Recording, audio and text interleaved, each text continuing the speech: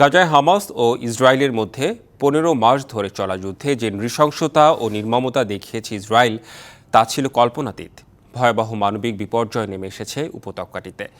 এই দুঃসহ স্মৃতি তাড়া করে বেড়াবে ফিলিস্তিনিদের। একটি জাতির কয়েক প্রজন্ম নিশ্চিহ্ন হয়েছে ইসরায়েলের বর্বরতায়। ঘটনার শুরু ২০২৩ সালের ৭ই অক্টোবর।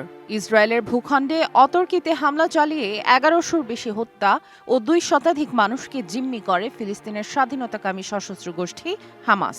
এরপর থেকে হামাসকে নির্মূলের মিশনে নামে ইসরায়েল।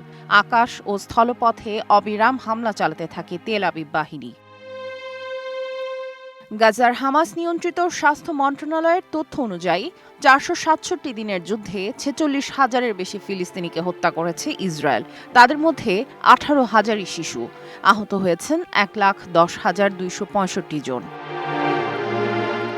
মোট আহতের প্রায় ৪ ভাগের ১ ভাগ অর্থাৎ ২২,০০০-এর বেশি মানুষ স্থায়ীভাবে পঙ্গুত্ব বরণ করেছেন। ৪,৫০০-এর বেশি মানুষের অঙ্গচ্ছেদ করতে হয়েছে। এই বিপুল সংখ্যক আহতের চিকিৎসা দেওয়ার সক্ষমতা নেই গাজার হাসপাতালগুলোর। কালার এক্সপার্ট, জর্জ স্যাপ এবং মাইল্ড অন হ্যান্ডস টেকনোলজি সমৃদ্ধ অরিক্স ক্রিস্টাল ওয়াশ আপনার সেখানে সৃষ্টি হয়েছে এক মানবিক বিপর্যয়।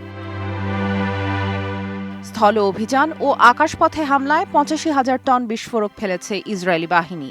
জাতিসংঘের স্যাটেলাইট পর্যবেক্ষণ কেন্দ্র বলছে, ডিসেম্বরের শুরুতে ৬৯% স্থাপনা এবং ৬৮% সড়ক সম্পূর্ণ ধ্বংস বা ক্ষতিগ্রস্ত হয়েছে। গাজা জুড়ে মোট ধ্বংসাবশেষের পরিমাণ ৪,২০,০০,০০০ টন, যা সরাতেই লেগে যেতে পারে ১ যুগ। ইসরায়েলের হামলার মুখে গাজায় বাস্তুচ্যুত হয়েছেন ১৯ লাখের বেশি ফিলিস্তিনি। অস্থায়ী শিবিরগুলোতে আশ্রয় নিয়েছেন ২২ লাখের বেশি মানুষ। সেখানেও তীব্র খাদ্য সংকট। গেল নভেম্বরে দেয়া জাতিসংঘের তথ্য অনুযায়ী হতাহতদের ৭০%ই নারী ও শিশু। গাজার ১০ লাখের বেশি শিশুর প্রয়োজন মানসিক স্বাস্থ্য সহায়তা। তবে এই ট্রমা কাটিয়ে উঠতে পর্যাপ্ত মানসিক স্বাস্থ্য কেন্দ্র নেই গাজায়। সামিয়া জান্নাহ, ডিবিসি নিউজ ডেস্ক।